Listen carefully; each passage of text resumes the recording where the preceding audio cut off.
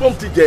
bàbá kí irúwèé kò mọ ọmọ mi rí kọ́rọ̀ kó mú rí kọ́rọ̀dọ̀ kó sọ fún ọkọ kó ṣe níwájú kó tẹ̀ níwájú kó ń tẹ̀lé. ẹ jọ ibo ni workshop yẹn wà. Tara Station. ẹnì sí ló fi dáa kóbìnrin ó ní tẹríba fọkọ tó kọ sí à tíyàwó ṣe o kọgọ ọ̀rọ̀ àlùbáríkà àfọmọ ni.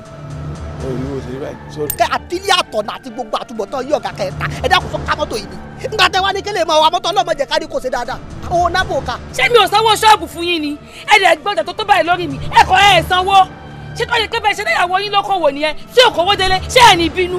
bẹ́ẹ̀ ṣe ń wo òun àtòun àtàwọn ọ̀rẹ́ rẹ̀ àti gbogbo ìdílé rẹ̀ ọ̀dọ̀ mi wọ́n ti ń jẹun àárọ̀ bẹ́ẹ̀ ni wọ́n á mọ̀ jẹ tọ̀sán wọ́n á tún jẹ talẹ́. ẹ̀yin sí Shoprite ni.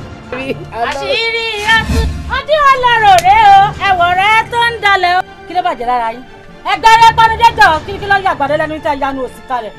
fẹ́mi nìkan kiriyan reba kí dáadáa mo nẹsẹ̀ kan nírọ̀lẹ́ o dẹ̀ máa yí. ó ń padà gbé bẹ́ẹ̀ bó tó rí ni. mo ní ìfẹ́ yín àbí nǹkan mi wà ń bẹ̀ ni mo ní mo ti ládé orí. orí rẹ̀ mo sì sọnù mo fira mi rọ́pò adé kan lèmi náà. ẹ tún mi lábàtà àtàlẹ́. ta ni fẹ́ ru ẹ̀ hàn lórí ibùwò ní fi ọ. lọ́run táyìn tó tún ta gan. irọ́ ni o. wọ́n bá àgbà díẹ̀ ló kú kẹ́yìn méjì ṣe freedom tí ẹ kú 6 months àti bí ọjọ́ mélòó kan. bẹ́ẹ̀ni sá. bọ́lọ́run bá wà lókè tó ṣe ń jọ́ lọ́hùn ó ṣe máa bẹ̀rẹ̀ iṣẹ́ ní kíkọ́ ní fresh.